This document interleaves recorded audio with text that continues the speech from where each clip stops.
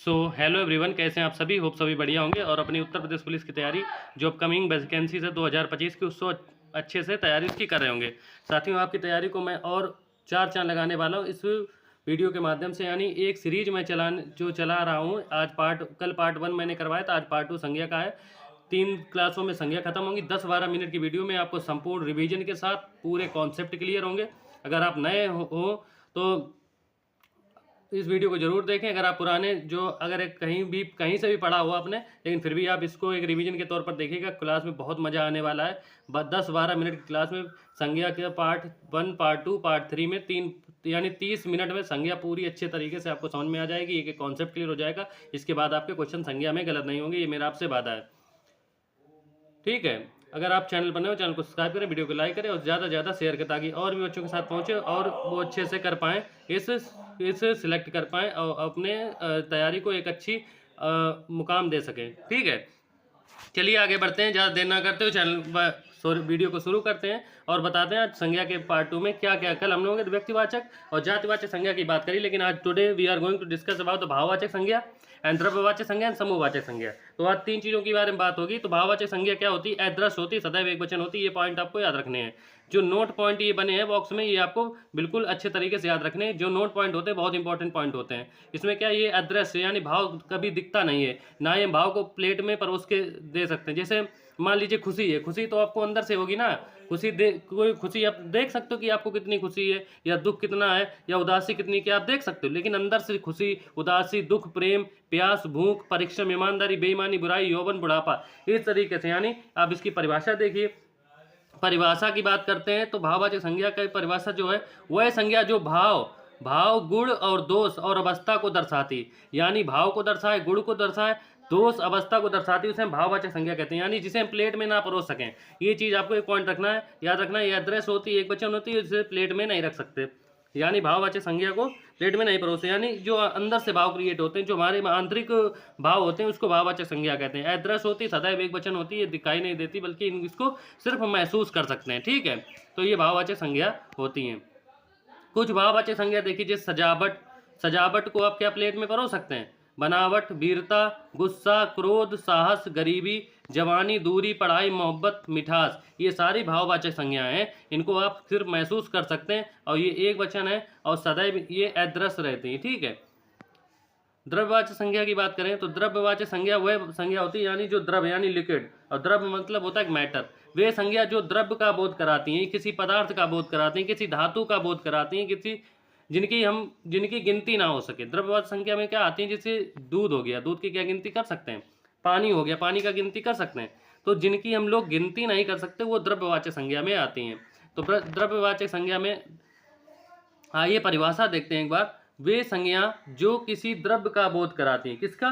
द्रव्य का बोध कराती हैं, यथार्थ जिन्हें हम गिन नहीं सकते, उन्हें हम द्रव्यवाचक संज्ञा कहते हैं। जैसे खाने पीने की चीज़ें हो गई, खनिज धातु हो गए, या जो खाने पीने की चीज़ें हो गई, खनिज हो गए, धातु जैसे लोहा, सोना, चांदी, तेल, दूध, पानी, घी आदि, इन चीज़ों को हम गिन नहीं सकते। यानी जो द्रव्य पदार्थ होते हैं, जितने भी द्रव्य पदार्थ होते हैं, गेहूँ, चावल, चना, ये सारे, इनको भी हम द्रव्यवाचक संज्ञा में गिनती करते हैं, क्योंकि इनकी गिनती नहीं की जा सकती। ठीक है, अगर आप चावल लोगे तो 1 किलो ही चावल बोलोगे, तो उसको क्या एक चावल बोलोगे? वो नहीं बोल सकते ना। तो वो भी द्रव्यवाचक संज्ञा के अंदर आता है। ठीक है, तो द्रव्यवाचक संज्ञा की आपने परिभाषा भी सीख ली, इसके उदाहरण भी सीख लिए, और किस तरीके से इसकी पहचान होती है आपको भी पता लग गया होगा। यानी जिसकी गिनती ना हो सके वे संज्ञा जो द्रव्य का बोध कराती हैं, यानी किसी द्रव्य का बोध करा जिन्हें हम गिन नहीं सकते, वो सारी द्रव्यवाचक संज्ञा के अंतर्गत आती हैं। आगे आते हैं समूहवाचक संज्ञा। समूहवाचक संज्ञा यानी व्यक्ति वस्तुओं के समूह को समूहवाचक संज्ञा कहते हैं। यानी जो एक समूह का बोध कराएं, अर्थात जिनकी हम गिनती कर सकें। क्या? जिनकी हम लोग गिनती कर सकते हैं उसे समूहवाचक संज्ञा बोलते हैं। भाई समूह का गिनती तो कर सकते हैं, जो एक और समूह का बोध कराएं, किसी समूह का बोध कराएं अर्थात जिनकी गिनती कर सकें, उनको समूहवाचक संज्ञा साथियों कहते हैं। तो व्यक्तियों के समूह को, जैसे भीड़, इसकी भी तो भीड़ एक समूह हो गया, संगठन भी समूह हो गया, गिरोह समूह हो गया, परिवार समूह हो गया, दल समूह हो गया, कक्षा समूह हो गया, पुलिस, आर्मी, सेना आदि समूह का बोध कराते हैं। अर्थात जो समूह का बोध कराए, किसी संगठन का बोध कराए, उसे हम समूहवाचक संज्ञा कहते हैं। वस्तुओं के समूह को जैसे गुच्छा, पूंछ, पुंज, इस तरीके जो समूह होते हैं उन्हें हम समूहवाचक संज्ञा के अंतर्गत है। अर्थात जो जिसकी गिनती करी जा सके, जो समूह का बोध कराए, चाहे वो व्यक्तियों का समूह हो चाहे वो वस्तुओं का समूह हो, जो समूह का बोध कराए, गिनती की जा सके, और इस तरह की संज्ञाओं को, चीज़ों को क्या कहते हैं, समूहवाचक संज्ञा कहा जाता है। अब भाववाचक संज्ञा का निर्माण कितने प्रकार से होता है ये मैं आपको बताने वाला हूँ इस वीडियो के माध्यम से। ये हमारा भाववाचक संज्ञा का निर्माण कैसे होता है। आपने व्यक्तिवाचक, समूहवाचक, जातिवाचक, भाववाचक संज्ञा को देख लिया किस तरीके से पहचान होती है। ये चीज़ें आपने अच्छे से पढ़ ली होंगी और आपको भी समझ में भी आ गई होंगी। अब बात आती है कि भाववाचक संज्ञा का निर्माण कैसे होता है। तो साथियों, भाववाचक संज्ञा का निर्माण 5 प्रकार से होता है। कितने प्रकार से? ये संज्ञा का निर्माण 5 प्रकार से होता है। सबसे पहले विशेषण से, क्रिया से, जातिवाचक संज्ञा से, सर्वनाम से, अवयव से। ठीक है, 5 प्रकार से ये क्वेश्चन आता है कि भाववाचक संज्ञा का निर्माण कितने प्रकार से होता है। तो साथियों, आपको आंसर करना है कि 5 प्रकार से भाववाचक संज्ञा को हम लोग बनाते हैं। तो आइए देखते हैं विशेषण से किस तरीके से निर्माण किया जाता है। तो विशेषण से भाववाचक संज्ञा का निर्माण हम लोग करते हैं तो इसमें क्या लगाते हैं, इसमें प्रत्यय लगा देते हैं। ठीक है, जैसे कुटिल हो गया, कुटिल को विशेषण से भाववाचक संज्ञा कुटिलता, कुटिल हो गया विशेषण और भाववाचक संज्ञा क्या है, कुटिलता। सरल से सरलता, युवा का यौवन, ऊंचा का ऊंचाई, लंबा का लंबाई, इसमें आई प्रत्यय लगा दिया, इसमें ता प्रत्यय लगा दिया, यानी इसमें प्रत्यय लगा के हम इसका निर्माण करते हैं कि इसमें विशेषण में प्रत्यय लगा के निर्माण करते हैं भाववाचक संज्ञा का। कुटिल से कुटिलता, सरल से सरलता, युवा का यौवन, ऊंचा का ऊंचाई।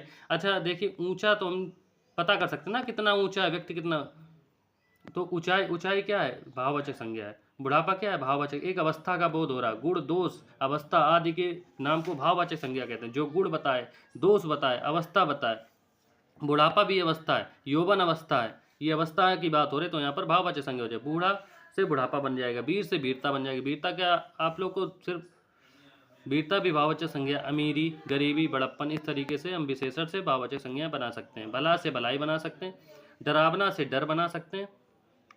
डरावनी कोई वस्तु होती है लेकिन डर तो अंदर बैठता है ना, तो डर को महसूस करते हैं, इसीलिए डर भाववाचक संज्ञा। डरावना, जबकि डरावना तो व्यक्ति हो जाता है, यानी इस हम भाववाचक संज्ञा का पहचान कर सकते हैं, उससे बना सकते हैं।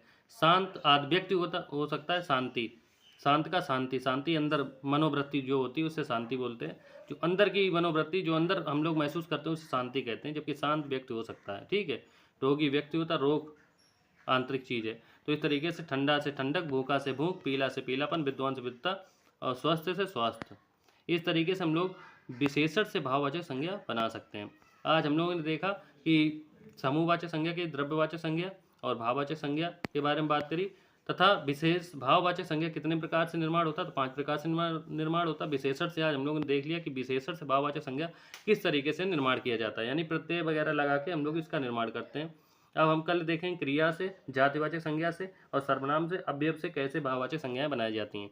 तो साथियों, वीडियो आपको अच्छी लगी, चैनल को सब्सक्राइब करें। इसी तरह की वीडियो को देखने के लिए चैनल पर बने रहें, सब्सक्राइब करके रखें और भी बच्चों को शेयर करें, ताकि और भी बच्चे इसी तरीके की जानकारी प्राप्त करें और अपनी तैयारी को एक अच्छे तरीके से लगा पाएँ। क्योंकि अगर आप हिंदी को ज़्यादा टाइम दोगे, स्कोरिंग सब्जेक्ट है, तो हिंदी अगर आप अच्छे से कर लोगे, हालांकि आपने एक बार पढ़ी होगी तब भी रिवीजन के तौर पर देख सकते हैं। नए बच्चे हैं तो अपना कॉन्सेप्ट क्लियर कर लीजिए, इसके बाद आप किसी को बुक से प्रैक्टिस कर सकते हैं, तो हिंदी में आपके सवाल नहीं छूटेंगे। तो थैंक यू, जय हिंद, बाय बाय, टेक केयर, मिलते हैं नेक्स्ट वीडियो में। Stay updated, target with Akhil.